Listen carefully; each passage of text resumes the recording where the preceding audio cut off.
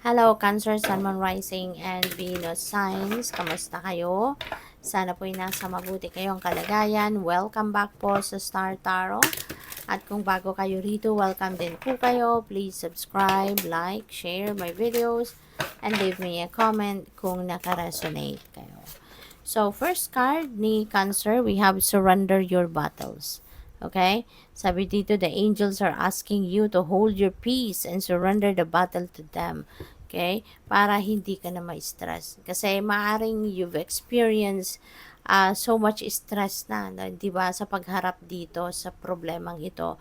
Kaya, pinapakiusap sa inyo dito, no, ng inyong mga angels, lalo-lalo na wag mo nang basagin yung kapayapaan sa puso mo, yung peace na nararamdaman mo. 'Di ba? Ialay mo na sa kanila, ialay mo sa Panginoon kung ano man itong pinaglalabanan mong lungkot, pinaglalabanan mong troubles, pinaglalabanan mong problema, 'di ba? Just surrender it to them para hindi ka na mahirapan, hindi ka na ma-stress, hindi ka na maguluhan. So, we also have discernment. Follow your intuition. Okay? Sundin mo lagi, no, ang gut feel mo. Pakinggan mo lagi ito at ito yung sundin mo. Kasi yung intuition mo, diba? That is your 24/7 na reliable guide. No? Guidance yan from the divine. Kaya mas yan ang dapat na sinusunod natin. Mas yun ang dapat na pinapakinggan natin. At hindi yung mga sulsul ng mga tao, hindi yung mga kung ano-anong sinasabi sa'yo ng ibang tao. Okay? So, we also have retreat, seek and receive consolation from God to overcome a difficult experience. This is a time for reflection, for solitude and contemplation. Okay? Para na mapag-isipan ninyong mabuti. What are the lessons that you need to learn from this? Kasi 'di ba, yung mga problema, yung mga challenges na 'yan, dumadating yan for a specific reason na meron tayong kailangan matutunan from that. Meron kayong kailangan na you need to learn something, no? Sa buhay at maaaring major lesson ang dapat ninyong matutunan dito. Kung kunyari, mas mabigat ang problema, mas mahirap ang problema, mas malaking lesson, no, ang dapat ninyong matutunan diyan. So, yun. Kaya kailangan na hingi kayo ng tulong. Okay? Hingi kayo ng tulong from the divine na ma-realize ninyo kung ano yung lesson na dapat ninyong matutunan from that. Kasi when that happens, when you realize, when you learn kung ano na ang dapat mong matutunan from that, unti-unti mahahanap mo ng solusyon sa problema. Unti-unti mapapawi na ang inyong problema. Kaya now is the time for you to take a step back, no, sa kung anong mga pinagkakaabalahan mo at mag-contemplate ka, mag-reflect ka, put yourself in solitude so that you can do that, na makapagnilay-nilay at makapag-isip-isip ka. Okay? So, tignan natin kung ano pa ang mga messages ninyo for today.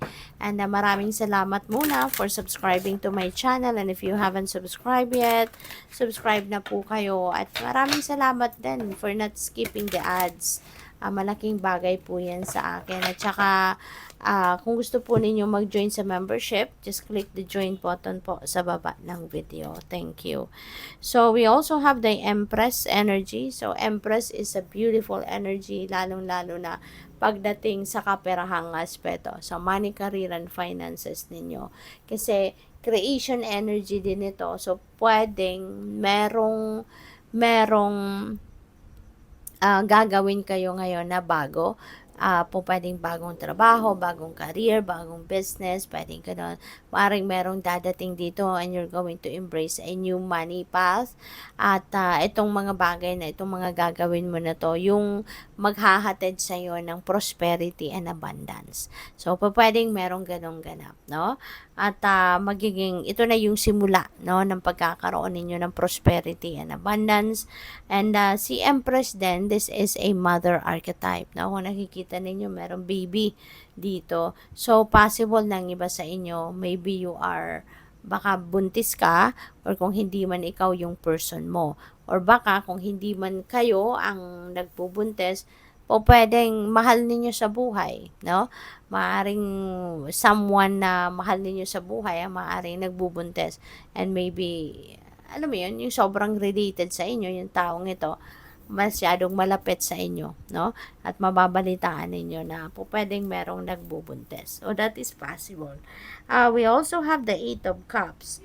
Eight of Cups is a departure energy, 'no? Meron ditong, iiwanan kayo. There is a situation dito na hindi na ito yung kumbaga parang sitwasyon ito na hindi ka na komportable dito, hindi ka na masaya, you know?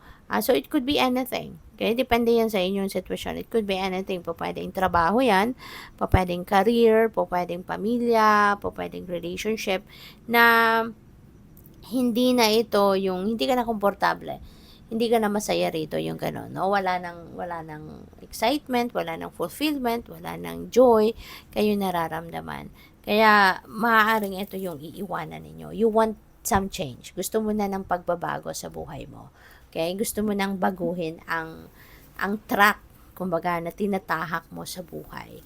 So, yun ang pwedeng ganap dito for some of you, Cancer. Kaya, you are going to release, no? You are going to release yourself from this situation. So, pwedeng iiwanan mo, pwedeng meron kang pwedeng magre-resign ka na kung sa trabaho ito, pwedeng magre-resign ka, kung sa relationship ito, pwedeng makikipaghiwalay ka na, yung ganon, no?